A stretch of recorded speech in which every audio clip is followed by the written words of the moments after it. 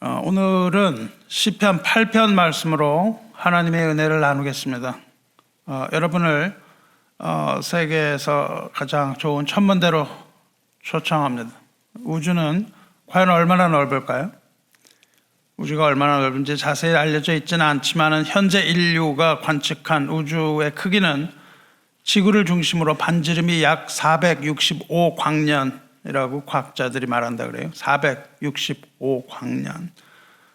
그러니까 빛의 속도로 465억 년을 가야만 하는 그 어마어마한 거리죠. 그러니까 그 맨 바깥쪽에 있는 별에서 별을 우리가 관측할 수 있다면 그 별은 이미 465억 년 전에 있었던 별이라는 얘기입니다. 지금은 사라졌을 수도 있는 별들이죠. 반지름이 465억 광년이니까 지름은 930광년인 셈입니다.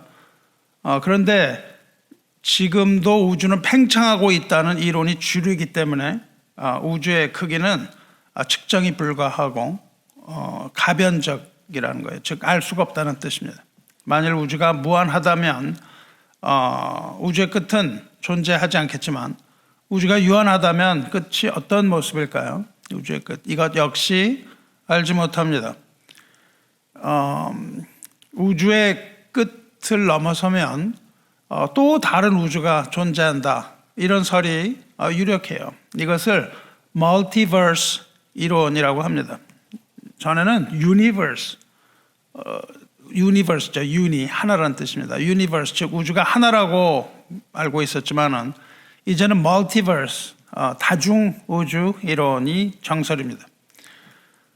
근데 과학자들은 전체 물리 과학자들은 이제 그런 이론을 만들어냈는데 성경에서는 이미 우주를 복수형으로 말하고 있습니다. 창세기 1장 1절 태초에 하나님이 천지를 창조하시니라 우리말로 이렇게 되어 있는데요. 영어로는 In the beginning God created the heavens and the earth. 천지 즉 하늘과 땅이라는 이야기인데요. 하늘 히브리어는 하마샤임입니다. 하마샤 그 하늘이라는 뜻이에요. 마샤임이 하늘들이라는 뜻입니다. 하라는 건 the예요. 그러니까 the heavens 바로 그 우주들을 만드셨다. 그리고 and the earth 하나의 우주 바로 그 땅을 만드셨다는 뜻입니다. 이 창세기 1장 1절은 아주 참으로 놀랍습니다. 번역하면 태초에 엘로힘이 그 하늘들과 그 땅을 만드셨다 같이 기억입니다. 엘로힘은 전지전능하신 하나님의 여러 이름 중에 하나입니다. 전지전능하신 하나님이 그 하늘들과 그 땅은 어디 지구죠. 이 지구죠. 하나뿐인 지구라고 말해요. 단수입니다. 그 하늘들과 그 땅을 창조하셨다. 하나님께서는 무한하게 넓은 그 많은 우주들을 창조하시고 그 땅을 만드셨다. 이런 내용이에요. 그리고 이 말씀 후에는요. 그 넓은 많은 우주들에 대해서는 침묵하십니다. 말이 없어요. 거기에 어떤 것들이 어떻게 만들어졌고 뭐 이런 것들이 하나도 없습니다. 그리고 성경에는 오직 그 땅, 즉 우리가 사는 이 곳에 대해서만 성경이 얘기하고 있습니다. 성경은 이 땅에 살아가는 하나님의 피조물, 그 중에서도 가장 우뚝 선 인간과 하나님의 이야기에 집중하고 있습니다. 그리고 그 중에서도 단연 하나님의 백성, 하나님의 자녀에게로 그 초점이 맞추어지고 있습니다. 인간이 타락해서 떨어진 이 땅이 중심 주제죠. 그리고 이곳으로부터 구원하시는 하나님, 그리고 그의 아들 예수 그리스도를 통해서 다시금 회복하게 될 새 하늘과 새 땅. 이것이 성경의 웅장하고 아름다운 대사사십니다. 이 땅에 발을 딛고 살아가는 우리는 이 땅만 보고 살아가죠. 여러분 여기서 하늘을 이렇게 본 적이 별로 이렇게 오래되지 않고 땅을 보면서 살아갑니다. 주로 그냥 이렇게 길을 걸어도 그냥 이렇게 하면서 걸어가기도 하고 땅을 바라보고 또 뭘 주변을 돌아봐도 이 땅의 것들만 주로 보죠. 그래서 이 땅의 일들만 생각합니다. 먹을 거, 입을 거, 마실 거, 뭐 집, 어떻게 살 것인가, 뭐 명예, 재물, 인간 관계, 사람과 사람 관계 이런 것들에서 벗어나지 못하죠. 성경의 이야기들은 대부분 이 땅에서 살아가는 죄인들의 이야기입니다. 그런데 그래서 성경은 이 땅의 이야기처럼 들리죠. 그렇지만 하나님의 자녀에게 있어서 성경은 이 땅의 이야기인 동시에 하늘의 이야기인 것을 우리가 잊지 말아야 합니다. 늘 하늘의 소망을 두고 사시기 바랍니다. 죄인에게 있어서 하늘의 일은 비밀입니다. 비밀은 감추어졌다는 그 secret이 아니고요, mystery. 알지 못한다는 뜻이에요. 죄인들은 하늘에 대하여 알지 못해요. 도저히 알 수가 없습니다. 오직 성경이 계시하고 있는 부분에 대해서만 허락이 되어 있습니다. 하지만 하나님께서는 창조하신 이 천하 만물에 하나님의 존재를 계시해 놓으셨다 그랬어요. 굳이 성경을 통하지 않는다 할지라도 하나님의 존재를 누구나 희미하게 알 수 있다는 뜻입니다. 로마서 1장 19절 보면 하나님의 진노가 불의로 진리를 막는 사람들의 모든 경건하지 않음과 불의에 대하여 하늘로부터 나타나나니 이는 하나님을 알 만한 것이 그들 속에 보임이라. 하나님께서 이를 그들에게 보이셨느니라. 창세로부터 그의 보이지 아니하는 것들 곧 그의 영원하신 능력과 신성이 그가 만드신 만물에 분명히 보여 알려졌나니 그러므로 그들이 핑계하지 못할지니라. 이렇게 말씀하시죠. 하나님의 심판에 관한 이야기인데요. 하나님께서 이렇게 만물에 하나님을 계시하셨다는 거예요. 비록 성경이 아니라 할지라도 이 세상을 보면 하나님을 알 수 있기 때문에 죄를 짓고 산다면 심판을 받더라도 내가 알지 못했노라고 핑계할 수 없다는 그런 뜻입니다. 이렇게 이런 말씀은 하나님의 공의에 관계되는 거예요. 그래서 하나님께서는 그것을 계시하시고 그렇기 때문에 하나님을 알지 못한다고 그렇게 핑계댈 수 없다는 거죠. 이렇게 자연에 계시된 하나님의 계시, 이것을 신학적인 용어로 일반 계시라고 그럽니다. 일반 계시. 그리고 특히 자녀들에게만 주시는 하나님의 비밀, 그것을 특별 계시라고 불러요. 혹은 더 명확하게는 특별 계시를 다른 말로 하면 복음입니다. 그러니까 복음은 하나님의 자녀들에게만 주어져요. 그런데 다윗도 이제 이 땅에 살았죠. 다윗도 이 땅에 살았는데 이 땅에 살던 다윗은 하늘을 바라보게 되죠. 그리고 이 땅의 것들만이 아니고 하나님이 창조하신 하늘을 바라봅니다. 주의 손가락으로 만드신 주의 하늘과 주께서 베풀어 두신 달과 별을 내가 보니, 그렇게 나오죠. 성도 여러분, 이 우주가 그렇게 광활한데요. 혹시 우주에 별이 얼마나 많이 있는지 아시나요? 우주에 별이 얼마나 많이 있는지는 아무도 모릅니다. 근데 이제 우리가 그런 걸 할 때는 과학이 얘기하는 얘기를 들을 수밖에 없죠. 왜냐하면 하나님은 우리가 별이 몇 개인지 아는 거에 별로 관심이 없어서 계시를 안 하셨거든요. 별 하나님 만드셨으니까 하나님이 몇 개인지 아시겠지만 필요가 없다는 겁니다.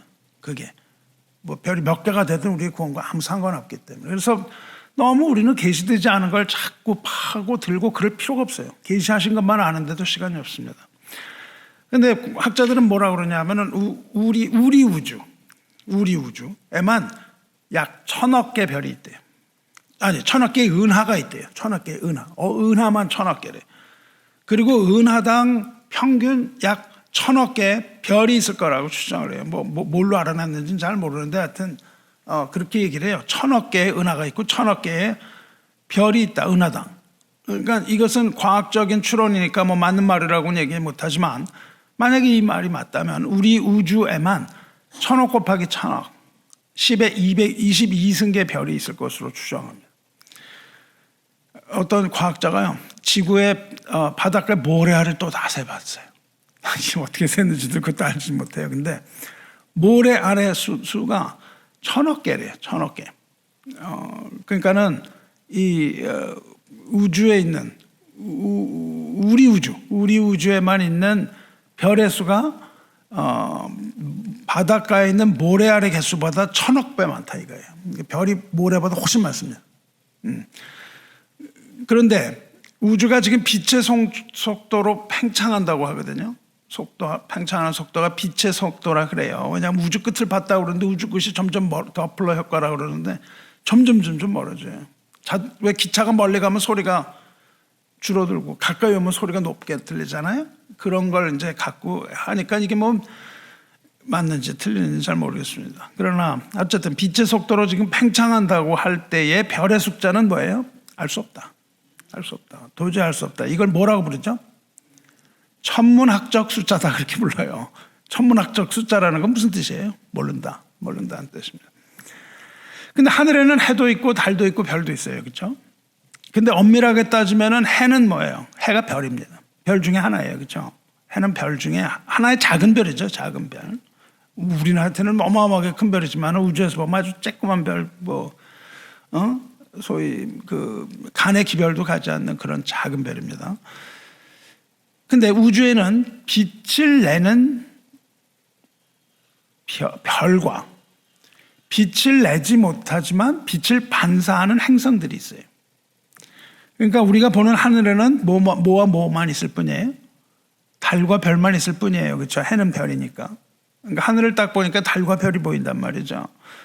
그럼 달과 별은 도대체 또 어떻게 생겨났냐 이거예요. 여러분이 뭐 인터넷이나 이런 데 가보시면 그냥 어마어마한 이론들이 되게 많습니다. 설들이 많아요.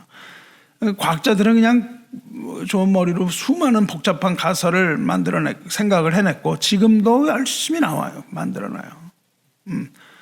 그냥 뭐 지구는 어떻게 생겼느냐. 어마어마한 이론들이 많이 있습니다. 지구가 생겨난 이론도. 그거를 어떻게 뭐라고 그래요? 천문학적으로 복잡하다. 천문학적으로 복잡한 이론입니다. 모른다는 뜻이에요. 성경은 어때요? 복잡하게 설명하나요? 성경은 아주 간단하게 설명합니다. 주의 손가락으로 만드신 주의 하늘. 하나님이 만들었다는 거예요. 그냥 하늘을. 그 다음에 달과 별은 어떻게 해야 돼요? 주께서 베풀어 두신. 그러니까 뭐냐면 하나님이 하늘을 만드시고 거기다가 박아 놓으셨다 이거예요. 별과 달을 하나님이 집어넣으셨다. 펼쳐 두셨다 이거예요. 이게 얼마나 간단 명료해요. 이거는 오로지 믿음이 아니면 믿을 수 없는 겁니다. 설명이 안 되거든요. 하나님이 하셨다. 달과 별을 만드셨으니 이렇게 끝나요. 근데 뭘로 만드셨냐면 손가락으로 만드신다고요. 손가락은 어떤 겁니까? 우리 몸에서 약한 부분이에요. 아주 뭐 다치기 쉽습니다. 되게 다치기 쉬워요. 뭐 비었거나 뭐 이러면 다 어디가 비어요? 손가락 비잖아요. 가장 약한 부분인데 우리 몸에서 또 가장 강한 부분이 어디냐면 손가락이에요. 여러분 뭐 3차 대전 얘기를 하고 그러는데 3차 대전의 핵전쟁을 뭘로 해요? 도끼나 칼이나 뭐 미사일이나 이런 걸로 할 것 같으세요? 아닙니다. 3차 대전은 뭘로 하죠? 손가락으로 합니다. 단추를 딱 풀고 누르면은 손가락이에요. 그 과거에 말이죠. 어떤 그림이 있습니다. 진화의 그림인데요. 사람들이 막 이렇게 옛날 원숭이부터 이제 시작해가지고선 막 걸어가는데 이렇게 가다가 뭐 구부리고 가다가 나중에 쫙 펴가지고 사람이 걸어가는 그림이 나옵니다. 그거 때마다가 무기를 그 밑에다 그려놨어요. 근데 옛날에는 석기시대 짱돌이죠. 짱돌을 들어가지고 던졌다가 요걸 싹 깎아요. 그래갖고 또 칼을 만듭니다. 요거를 돌을. 그러다가 뭐 청동기가 나오고 철기가 나오고 다 나와요. 그러다가 이제 완전 현대인이 됐거든요. 완전 현대인이 쓰는 무기가 뭔지 아세요? 그 전에 막 활이 나오고 그래요. 칼이 나오고 그러는데 현대인이 쓰는 무기는 뭐냐 하면 화살입니다. 어떤 화살? 컴퓨터의 커서를 보시면 컴퓨터가 화살이거든요. 이렇게 생긴 거 있잖아요. 그렇죠? 모든 강력한 무기가 컴퓨터에 화살이 가서 누르면 손가락으로 누르면 끝나는 거예요. 그렇죠? 어마어마한 파괴력을 갖죠. 이 손가락이라는 건 어떤 뜻이냐면 힘이라는 뜻이에요. 그렇죠? 그래서 성경에서 손가락은 권능을 나타낼 때 사용되는 단어예요. 권능이에요. 권능이라고 번역이 됩니다. 히브리어에서는 권능이라고 번역을 안 해요. 원어에서는 번역을 안 하고 그냥 손가락이라고 그럽니다. 근데 우리말 영어도 권능이란 말로 번역을 잘 안 해요. 그런데 우리말 성경은 그걸 권능이라고 번역한 데가 꽤 있습니다. 출애굽기를 보면은 모세가 10가지 재앙을 내리죠. 10가지 재앙을 내리니까 바로도 요술사들을 불러서 비슷한 요술을 부립니다. 피 재앙 뭐 이런 것 더불어서 몇 가지 재앙을 요술사들이 모방을 하죠. 그런데 티끌 재앙이 일어납니다. 티끌이 뭐가 되냐면은 이로 변하죠. 티끌 재앙이 일어나니까 바로의 그 요술사들도 티끌을 이로 변하게 해보려고 노력을 해요. 그런데 하지 못합니다. 그러니까 요술사가 바로에게 가서 이렇게 말합니다. 이는 하나님의 권능이니이다. 직역을 하면요, 하나님의 손가락이 나타났다. 하나님의 손가락이 나타났습니다. 못한다는 거예요. 그것을 우리말로 그러니까 직역을 하면 이는 하나님의 손가락이니이다. 하나님의 손가락이 나타났다는 건데 그거를 이는 하나님의 권능이니이다. 이렇게 의역을 한 거예요. 그래서 하나님의 손가락을 권능이라고 번역을 한 겁니다. 하나님의 손가락이 나타났다는 건 뭐예요? 아주 사소한 거가 나타났다는 거예요. 하나님 중에 아주 사소한 거, 손가락. 근데 하나님의 손가락이 딱 나타났는데 지금 어떤 일이 생겼어요? 온 우주가 생겨났다는 거예요. 하나님의 손가락이 나타나니까 온 우주가 생겨나는 어마어마한 힘으로 온 우주가 생성이 됐다. 그러니까 하나님의 능력이 얼마나 큰지를 보여주는 거죠. 우리는 우주가 뭐 단주하는데 이거는 하나님의 아주 미미한 어떤 것이다 이거죠. 그래서 다윗은 이 시에서요, 주의 손가락으로 만드신 하늘, 즉 광활한 우주를 하나님께서 순식간에 아주 간단하게 창조하셨음을 믿음의 눈으로 보는 거예요. 그래서 놀라고 있는 겁니다. 그 광활한 우주를 보고 놀란 다윗은 그보다 더 놀라운 사실에 입을 닫지 못합니다. 다윗이 놀란 것은 손가락으로 하늘을 만드시고 달과 별을 만드셨어요. 그 하나님이 그를 돌보신다는 사실입니다. 얼마나 그 하늘이 별이 많은지 몰라요. 제가 전에 그 하와이에 갔었던 적인데 그 빅 아일랜드라는 곳이 있습니다. 비가 많이 왔는데 차를 타고 이렇게 하니까 비가 많이 왔어요. 컨퍼런스를 갔었는데 막 비가 오고는 개인 거예요. 그러니까 그 차를 타고 가는데 비가 쏟아지는 게 무슨 그냥 어마어마하게 뭐가 막 쏟아져요. 근데 차가 서니까 하늘을 이렇게 본 거죠. 그랬더니 하늘에 그렇게 별이 많은 줄 몰랐어요. 여기선 그런 하늘을 볼 수 없습니다. 어마어마한 별들이 하늘에서 쏟아지고 있는 거예요. 그 별을 보고 다윗이 놀랐는데, 이 어마어마한 별 이러고 놀랐는데요, 더 놀란 건 뭐냐면 그 별과 달을 하늘에 놓으신 하나님이 다윗을 돌보신다는 사실입니다. 우리가 우주를 생각할 때 우리는 아주 미미한 존재가 아니겠어요? 그렇게 생각합니다. 여러분, 비행기가 이륙할 때 어떻게 합니까? 조금만 올라가면 그냥 건물이 그냥 성냥각이 되는 거예요. 인간은 그저 하나의 점으로밖에 안 보이죠. 머리도 안 보입니다. 근데 그 비행기가 얼마나 많이 올라간 게 아니에요. 그렇게 많이 올라간 게 아닙니다. 조금 올라간 거예요. 근데 인간이 점으로 변하죠. 우주에서 본다면, 더 올라가서 우주에서 바라본다면 인간은 점이 문제가 아니라 존재 자체가 아예 없는 거죠. 존재를 알 수가 없어요. 그래서 광활한 우주를 생각할 때 우리는 겸손해지죠. 그런데 놀라운 것은 그 우주가 아무리 광활하고 광대하다 할지라도 하나님은 멀리 계시지 않는다는 겁니다. 그 넓은 우주에 어디 그냥 모르는 곳에 계시지 않는다는 거예요. 그게 아니라 오히려 하나님은 가까이 계시다는 사실이에요. 아니, 그보다도 하나님은 어디에나 계시는 만유의 하나님이라는 뜻이죠. 그 광활한 우주에. 왜냐하면 하나님은 그 우주를 만드신 분이기 때문에 그래요. 그런데 다윗이 더 놀라웠던 사실이 뭐라고요? 그 미미한 인간을 하나님께서 돌보신다는 사실이에요. 4절 보세요. 사람이 무엇이기에 주께서 그를 생각하시며 인자가 무엇이기에 주께서 그를 돌보시나이까. 이 두 개 같은 말입니다. 사람이 무엇이기 때 그를 생각하시는 것과 돌보신다는 말을 이렇게 항상 히브리어는 두 번을 중첩하는 방법이 있습니다. 우주는 광활하다 할지라도 하나님께서 가까이 계시다는 사실, 그리고 가까이 계실 뿐만 아니라 사랑하는 백성 돌보신다는 사실을 믿으시기 바랍니다.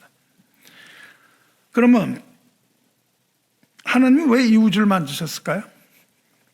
이런 답을 생각해 보신 적 있어요? 아니 하나님 왜 우주 하늘과 땅을 만드셨을까? 그런 생각을 해보신 적 있나요? 왜 우주를 만드셨냐? 성경에 따르면요, 하나님이 왜 이 우주를 만드셨냐면요, 그 안에 인간을 두시기 위해서입니다. 놀랍죠? 인간을 두시기 위해서 우주를 만드셨다고요. 더 엄밀히 말하면 모든 인간을 위해서 만드신 것이 아니라 하나님의 백성이 살 곳, 즉 하나님 나라로서 모든 하늘과 땅을 다 만드셨다는 겁니다. 제가 하는 말이 아니고 성경이 하는 말이죠. 믿지 못하시겠어요? 하나님의 백성을 위해서 하나님이 우주를 만드셨다는 거예요. 하나님이 그 백성을 위하여 천지를 만드셨다는 사실을 믿지 못하시겠습니까? 그렇다면 이사야를 통한 계시를 보시기 바랍니다. 이사야서 51장 16절입니다. 내가 내 말을 내 입에 두고 내 손 그늘로 너를 덮었나니 이는 내가 하늘을 펴며 땅의 기초를 정하며 시온에게 이르기를 너는 내 백성이라 말하기 위함이니라. 하나님이 자기 백성에게요, 너는 내 백성이다, 이렇게 말하기 위하여 하늘을 펴고 땅의 기초를 놓으셨다는 겁니다. 이게 놀라운 것이죠. 그러니까 우주 창조의 목적은 하나님의 시온에게 말씀하시기를 너는 내 백성이야, 이렇게 말씀하시기 위하여 우주를 창조하셨다니 놀라운 것이죠. 이와 같이 광대하고 놀랍고 아름다운 이 하늘과 땅을 만드시고 거기를 또 온갖 피조물로 채우실 뿐만 아니라 우리 죄인 같은 죄인을 돌보시는 하나님의 이름을 찬양합니다. 그래서 어떤 사람은 이렇게 우주를 볼 때 한없이 작아지는 거예요. 계속 작아집니다. 그런데 어떤 사람은 반대죠. 우주를 보면은 어때요? 또 한없이 진취적인 생각을 해요. 그렇죠? 우주를 보면서 아주 그냥 굉장히 마음이 웅장해지는 겁니다. 그래서 우주 비행사가 돼가지고 화성에 가고 금성에 가고 뭐 이런 꿈을 꾸고요. 우주로 나가서 우주를 정복하겠다, 이런 원대한 계획을 세우잖아요. 두 가지 모습입니다. 하나는 거기서 작아져 버리는 사람, 하나는 원대한 계획을 세우는데, 여러분은 어디에 속하세요? 설교를 많이 들어가지고 이런 걸 들으면 뭐라고 대답을 해야 돼요? 작아져야 됩니까? 아니면 원대해져야 됩니까? 이러면 이제 보통 작아져야 됩니다, 그렇게 대답을 하죠. 교회 오래 다니신 분들은. 근데 그렇지 않습니다. 여러분은 작아져요? 아니면 우주인이 되어서 이 우주를 정복하고 싶어요? 어느 쪽이 옳은 거예요? 이게 둘 다 맞는 얘기입니다. 성경적으로 볼 때 두 개가 다 맞아요. 오늘 읽은 시의 전반부는요, 위대하신 창조주 하나님과 그 앞에서 돌보심 받고 있는 작고 겸손한 다윗의 모습이에요. 앞에 반은요. 근데 후반부는 반대입니다. 후반부는요, 하나님의 그 창조 역사를 돌아보면서 자신이 얼마나 축복받고 얼마나 막강한 존재인지 이런 것을 보고 감탄하는 그런 부분입니다. 두 가지예요. 앞에서는 굉장히 겸손한 부분이 나타나지만 뒤에서는 그래 보이지 않아요. 물론 이 시의 주인공은 다윗이 아니라 하나님입니다. 시의 주인공은 하나님이에요. 왜냐하면 하나님께서 세상을 지으셨고 하나님이 온 우주의 통치자시니까. 그러니까 주인은 하나님입니다. 그런데 하나님께서는 인간에게 그 통치를 위임하셨다는 겁니다. 창세기에서 그렇게 말씀하시죠. 창세기 1장 27절에 하나님이 자기 형상 곧 하나님의 형상대로 사람을 창조하시되 남자와 여자를 창조하시고 하나님이 그들에게 복을 주시며 하나님이 그들에게 이르시되, 이것의 주인공이 하나님이라는 걸 아주 강조하죠. 여기 하나님이 창조하실 때 이러고 끝나면 되는데, 하나님이 창조하실 때 남자와 여자를 창조하시고 하나님이 그들에게 복을 주시며 하나님이 그들에게 이르시되, 이렇게 말씀하십니다. 이것의 모든 주체는 하나님이라는 뜻이에요. 강조해서 나라고 말씀하세요. 내가 다 했다. 하나님이 그들에게 이르시되 생육하고 번성하여 땅에 충만하라, 땅을 정복하라, 바다의 물고기와 하늘의 새와 땅에 움직이는 모든 생물을 다스리라 하시니라. 하나님이 인간을 왜 하나님의 형상대로 만드셨을까요? 하나님의 그 통치권대로 하나님의 형상입니다. 그러니까 하나님의 형상을 가진 사람은 통치권을 가져요. 인간을 하나님의 형상으로 만드신 이유 가운데 하나가 바로 이 세상을 통치하는 통치 지배권에 관한 겁니다. 하나님은 통치자이시며 우리는 뭐예요? 관리자 내지는 청지기란 뜻입니다. 우리의 삶 자체가 청지기의 삶이거든요. 하나님이 우리에게 다 주신 겁니다. 인간은 하나님을 떠나서는 아무것도 할 수 없어요. 하지만 하나님 안에서는 온 우주를 다스리는 존재라는 것이 놀라운 사실입니다. 다윗은 지금 그 사실을 새삼 깨닫고 놀라워하는 거예요. 주의 손으로 만드신 것을 다스리게 하시고 만물을 그의 발 아래 두셨으니 곧 모든 소와 양과 들짐승이며 공중의 새와 바다의 물고기와 바닷길에 다니는 것이니다. 이 모든 피조물을 인간의 발 아래 두셨다는 거예요. 다스리라고 하셨습니다. 그래서 아담이 모든 동물의 이름을 다 짓죠. 아담이 IQ가 천재입니다. 모든 그 동물의 이름을 그 특징대로 그냥 나오자마자 다 지어주죠. 그죠?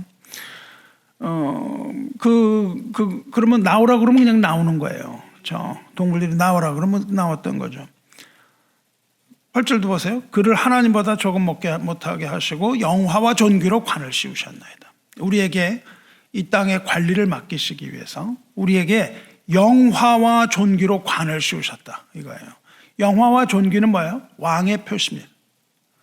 관은 뭐예요? 크라운. 왕의 권위를 역시 나타냅니다. 우리에게 뭘 주셨다는 뜻이에요? 권세를 주셨다. 다스릴 만한 권세와 legitimacy. 우리가 쿠데타에서 얻은 게 아니고요. 하나님이 주신 위임하신 온전한 권력이고 권세라는 거예요. 그래서 모든 만물이 하나님의 영광을 선포하고 있는 것처럼 인간의 본질이 뭐예요? 인간의 본질은 그 모든 만물, 영광을 하나님께 돌리는 모든 만물의 지배자라는 거예요. 이 지배자로서 뭘 하는 거예요? 하나님을 영광을 드러내는데 앞장서야 되는 겁니다. 이 모든 만물보다 뛰어난데 영광을 안 돌리고 있으면 이게 어떻게 된 일이에요?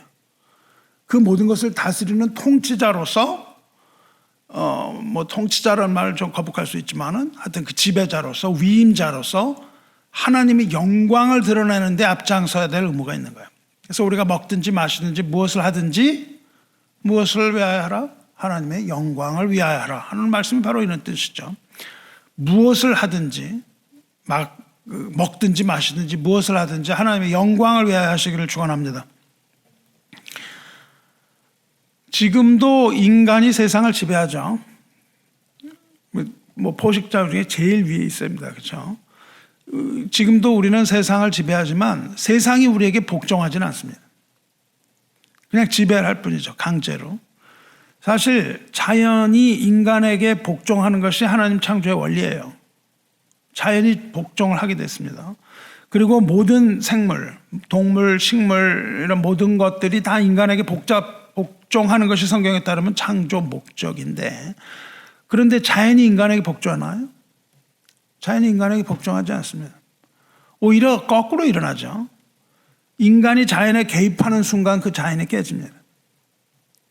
인간이 자연에 개입하면 깨져요. 그래갖고 인간이 이 지구를 그냥 엉망진창으로 만들어 놨잖아요. 인간이 그 개입을 해가지고 이 동물의 세계 말이죠. 네이처 같은 거 보세요. 거기 인간의 방법으로 그 동물의 세계에 인간이 간섭하기 시작하면 어떻게 돼요? 생태계가 그냥 깨져버리죠. 뭘 말해요? 자연이 인간에게 반역하는 거예요. 인간이 그걸 다스리려고 하면 자연은 반란을 일으킨다고요. 왜 자연이 인간에게 반란을 일으킬까요? 인간에게 자연이 반역하는 이유는 인간이 하나님께 반역했기 때문입니다. 인간의 그 지배권은 인간의 부패와 타락 그리고 하나님에 대한 반역죄 때문에 상실돼 버렸다고요. 비록 그 다스림의 그림자는 남아있지만 이 그림자만으로도 인간이 얼마나 위대한 통치자였는지는 알 수 있지만 그러나 이것이 깨져버렸다고요. 그래서 타락한 인간은 그 권세를 잃어버렸습니다. 다스리는 권세를 잃어버렸어요. 그렇다면 무엇으로 그 권세를 우리가 회복할 수 있을까요? 권세를 회복해야 합니다. 그 권세를 회복하는 길, 이 다스린다는 건 뭐예요? 높은 자가 낮은 자를 다스리잖아요. 높은 자가 낮은 자를 다스립니다. 근데 권세를 다시 회복하는 길은 아이러니하게도 겸손하게 낮아지는 거예요. 예수님은요, 이 땅에 하나님의 나라 왕권을 가지고 오셨는데 아주 독특한 원리를 갖고 오셨다고요. 낮은 자가 다스리는 이런 이상한 원리를 갖고 오셨어요. 높은 자가 다스리지 못합니다. 낮은 자가 다스리는 거예요. 아주 겸손하게 낮아지는 것이 그 권세를 회복하는 거예요. 다스리기 위해서는 높아져야 될 것 같은데 그 반대란 말이죠. 왜 그럴까요? 왜냐하면 하나님과 같이 되려는 그 교만 때문에 아담과 하와가 뱀에게 속아서 선악을 구별하는 나무의 열매를 먹었기 때문이죠. 하나님께서는 하나님 주신 그 다스리는 권세와 권능을 다시 세울 길을 주셨습니다. 그게 뭐냐면 바로 겸손이라고요. 그게 2절에 나옵니다. 2절에 뭐라고 나와요? 주의 대적으로 말미암아 어린아이들과 젖먹이들의 입으로 권능을 세우시며 이는 원수들과 보복자들을 잠잠하게 하려 하심이니이다. 주의 대적이라는 게 나오고요. 그 다음에 어린아이들과 젖먹이들 같은 얘기죠. 어린아이들, 젖먹이. 그러니까 주의 대적과 대조되어 나오는 게 뭐예요? 어린아이와 젖먹이에요. 교만해서 하나님을 대적하던 그 대적, 이 대적은 누구냐 하면 자기의 힘을 자랑해서 하나님과 같아지려고 한 모든 인간입니다. 스스로 높아지려 했던 모든 인간이 하나님을 대적하는 거예요. 대적자입니다. 요즘 같으면 뭐예요? 과학이나 과학으로, 정치로, 경제로 모든 수단을 가지고선 하나님이 없다고 하는 거죠. 하나님이 없다고 하면서 하나님의 존재를 부인하고 그것이 하나님 대적하는 거예요. 그러니까 거의 모든 인류가 대적자입니다. 거의 모든 인류가 하나님을 대적하는 대적자예요. 하늘을 찌르는 인간의 교만이죠. 요즘 나오는 이기적 유전자가 맞나요? 이기적 유전자. 그 유튜브에 동일한 이기적인 유전자를 발표한 과학자의 선생님하고 대적이 붙었어요. 그랬더니 그 선생님이 틀렸다. 얘기를 하세요. 왜 너무나 점잖게 틀렸다. 그렇게 얘기를 하십니다. 그리고 동일한 대학에 또 기독교 변증가가 있어요. 그런 분들하고 얘기하는 거 이런 것들 한번 들어보시면 반드시 그거 옳지 않다는 걸 알 수 있습니다. 그러니까 뭐냐면요, 이 유전자가 인간을 숙주로 해서 인간은 아무것도 아니에요. 유전자가 그 모든 것들을 다 만들어낸다는 이론입니다. 그러니까 인간은 그냥 숙주에 불과한 얼마나 비참한 이론인지 모르겠어요. 근데 그것이 나의 인생을 바꿨다는 학자들도 있고요. 어마어마한 그런 사람들인데 다 뭐예요? 성경에는 대적자, 주의 대적자일 뿐입니다. 하늘 찌르는 인간, 이 교만한 인간이 바로 하나님을 대적하는 자, 주의 대적이며 주의 원수로 행하는 자입니다. 반면에 어린아이들과 젖먹이들은 뭐예요? 연약합니다. 연약한데 이 아이들은 뭐냐면 하나님의 이름을 부르고 찬송하는 백성이라는 뜻입니다. 하나님께서는 어린아이들과 젖먹이들, 이 겸손하게 아주 낮아져서 자기가 뭘 할 수 없는 사람들, 스스로 하지 못하는 걸 인식하는 자들, 하나님을 의지하는 이런 아이들을 통해서 하나님의 권능을 나타내신다는 거예요. 하나님의 권능과 통치자의 권능을 하나님께서 그 어린아이의 입을 통해서 세우신대요. 그러니까 어린아이 자신의 힘은 아니에요. 어린아이의 입을 통해서 하나님의 권능이 나타난다고요. 그런데 이 권능이 뭐냐 하면 창조 때 보이셨던 전능하신 하나님의 권능이라고요. 그래서 고린도전서 1장 27절에 뭐라고 말씀하십니까? 그러나 하나님께서 세상에 미련한 것들을 택하사 지혜 있는 자들을 부끄럽게 하려 하시고 세상에 약한 것들을 택하사 강한 것들을 부끄럽게 하려 하시며 하나님께서 세상에 천한 것들과 멸시받는 것들과 없는 것들을 택하사 있는 것들을 폐하려 하시나니 이는 아무 육체도 하나님 앞에서 자랑하지 못하게 하려 하십니다. 하나님께서는 세상의 어리석은 자들을 통하여 하나님의 권능을 행하게 하시는 거예요. 어리석은 자가 그 어리석음으로 뭘 한다는 뜻이 아니죠. 여기서 어리석은 자가 그 어리석음으로 무엇을 했다 이렇게 읽으시면 안 돼요. 그 어리석은 자들을 통하여 뭐가 나타나냐면 하나님의 권능이 나타나요. 여기서 또 어린아이들의 입을 통하여 하나님의 권능이 나타난다고요. 그렇게 하셔서 창조주의 이름을 부인하고 하나님이 필요 없다고 하면서 하나님이 없다 이렇게 하면서 스스로 높아지려는 인간을 하나님이 부끄럽게 하신다, 그 뜻입니다. 이렇게 우리가 하나님 앞에서 어린아이가 될 때 모든 피조물이 인간에게 복종한다는 뜻입니다.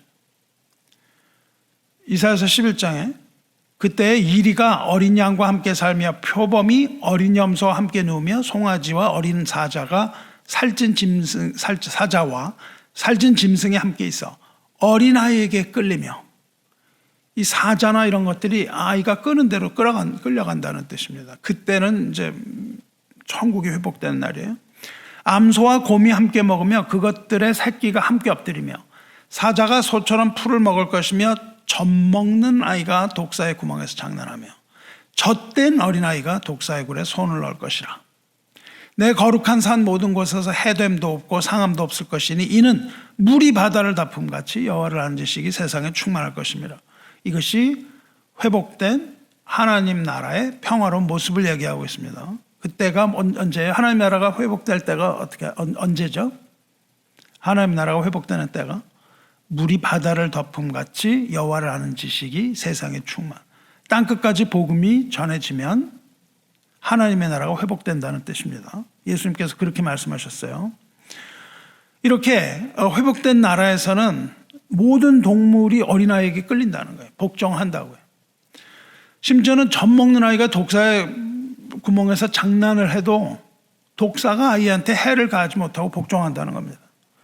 젖된 어린아이도 독사의 굴에 손을 넣는데 독사가 물기는커녕 꼼짝도 못한다는 거예요.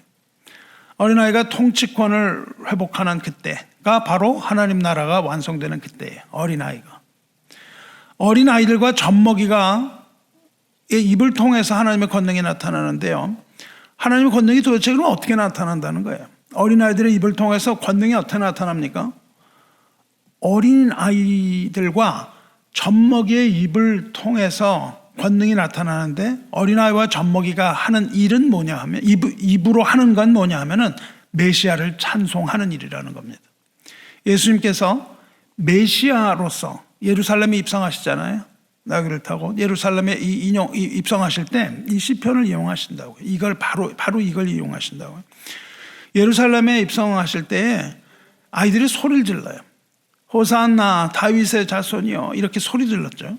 이렇게 소리 지르는 아이들을 보고는 대제사장들과 서기관들이 화가 납니다. 아주 화가 나와갖고 예수님한테 따져요.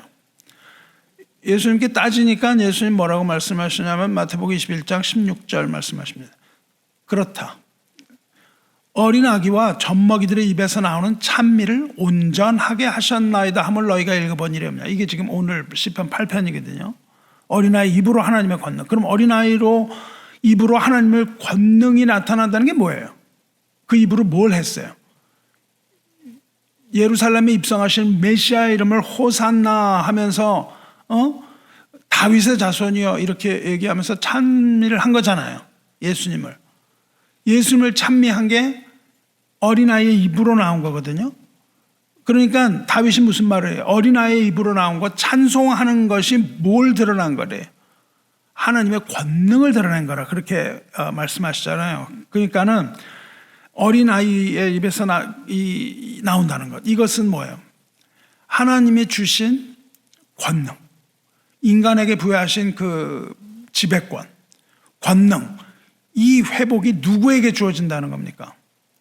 메시아를 찬양하는 자에게 하나님의 권능, 자를 통해서 하나님의 권능이 나타나요.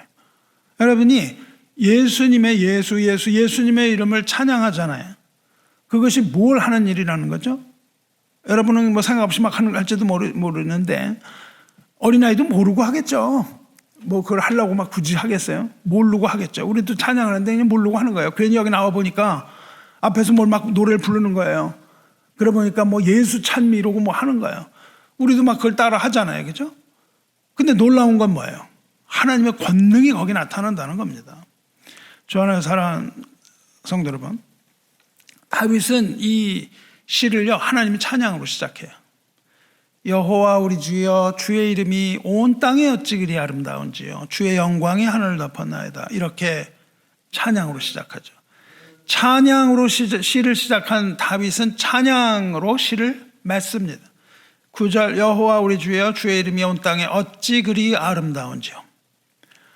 하나님의 백성은요 모름지기 나이에 관계없이 어린아이입니다. 우리가 뭐 이렇게 나이 든 척을 해요. 머리도 뭐 하얘지고 머리도 벗겨지고 뭐 그냥 뭐 나이 든 노인같이 행동을 하는데 하나님 앞에서는 다 어린아이라는 거예요. 그렇잖아요. 그래서 우리를 뭐라고 부릅니까? 하나님의 자녀, 어린아이다 이거예요. 우리가 어린아이 같은 그런 신앙을 가져야죠. 어린아이와 같이 되지 아니하면 천국에 들어갈 수 없느니라. 그건 뭐예요? 이걸 갖다가 또 뭐 어린아이처럼 천사처럼 착한 일을 하면 천국에 간다. 그거 아니죠. 어린아이와 같이 되지 않냐면 뭐예요? 하나님을 의지하지 않으면. 어린아이라는 건 의지하는 존재거든요. 하나님을 의지하지 않으면 천국 갈 수 없다 그 말이에요. 뭘 착한 일을 어린아이처럼 착한 일을 한다는 뜻이 아니라 모름지기 어린아이 같이 하나님을 의지하며 아침 저녁으로 하나님을 찬양하는 아름다운 성도로서 하나님께 영광을 돌리시기를 축원합니다. 말씀 마치겠습니다. 이 말씀을 듣고 이제 우리는 하나님을 찬양해야 돼요, 그렇죠? 그리고 우리에게는 하나님의 권능이 주어졌다. 우리는 아주 겸손한 존재로서 우리는 아무것도 아닌 자이지만 그러나 하나님께서는 하나님의 형상대로 지으심을 받은 우리에게 하나님께서 만드신 그 땅, 그 하늘과 땅을 지배할 수 있는 권세를 주셨다 이거죠. 그런데 더불어 이 사실을 아시기 바랍니다.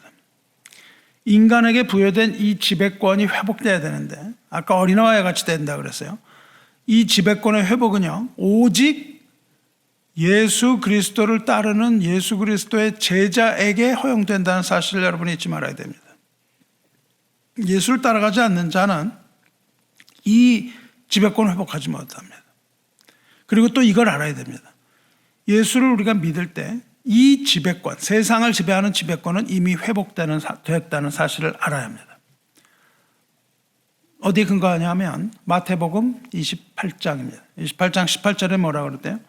예수께서 나와 말씀하여 이르시되 하늘과 땅의 모든 권세를 내게 주셨으니 그래요. 그 권세가 어디로 가요? 하늘과 땅의 권세, 그 창조의 권세가 어디로 갑니까? 예수님께 그 권세가 돌아갔다는 거예요. 그걸 받으셨다는 거예요. 그래놓고 뭐라고 그러시냐면 그러므로 그러신다고요. 그러므로 너희는 가서 모든 민족을 제자로 삼아. 너희는 뭐예요? 제자예요. 그렇죠? 제자로 삼아 아버지와 아들과 성령의 이름으로 세를 베풀고 내가 너희에게 분부한 모든 것을 가르쳐 지키게 하라. 볼지어다 내가 세상 끝날까지 너희와 함께 항상 함께 있으리라. 이겁니다.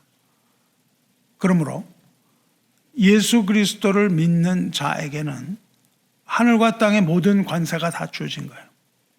그 권세를 가지고 지배권을 행사해야 되는데 뭘 하라고 명령을 하고 계세요? 하늘과 땅의 모든 권세가 다 회복되었으니 무엇을 하라고요? 가서 제자 삼으라. 복음을 전하라 이러셨다고요. 그럼 여러분이 이제 복음을 전할 때 어떻게 전해야 되는지 여러분 잘 생각해 보세요. 제가 인도네시아 목사님들 강의를 하는데 도대체 어떻게 전도를 해야 되냐고 질문을 해요.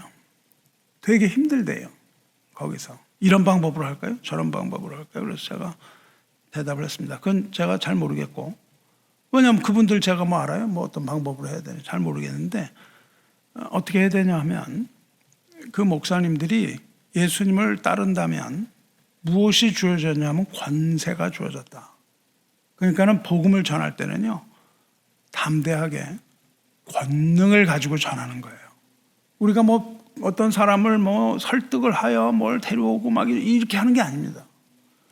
그거는 방법일 뿐이고요. 뭘 하냐면 권세예요. 그래서 그 권세를 가지고 복음을 선포할 때 그것을 받아들이면 우리가 형제를 얻는 것이요. 받아들이지 않으면 어떻게 되는 거예요? 우리가 심판하게 되는 거예요. 그게 권세예요. 그러니까 권세가 어디까지 가요? 심판의 권세까지 간다고요. 우리가 심판을 하려는 게 아니고 뭡니까? 복음을 전해요. 복음을 전했는데 받아들이지 않잖아요. 복음을. 그럼 우리가 뭘 했냐면 심판했다고요. 우리가 심판자로서 심판한 게 아니죠. 뭐가 나타난 거예요? 우리를 통해서 하나님의 권능이 나타난다고요. 그 권능이 바로 아까 심판의 권능이었잖아요. 하나님의 권능이 우리의 입을 통하여 우리가 전하는 복음을 통하여 심판이 나타난다고요. 그리고 그것을 받아들이면 어떻게 됩니까? 그 권능으로 구원을 얻게 하는 거예요. 이게 우리가 여러분이 전도하는 것에 대해 다시 생각해 보셔야 돼요. 전도에 대해서 여러분이 뭘 가지고 있다고요?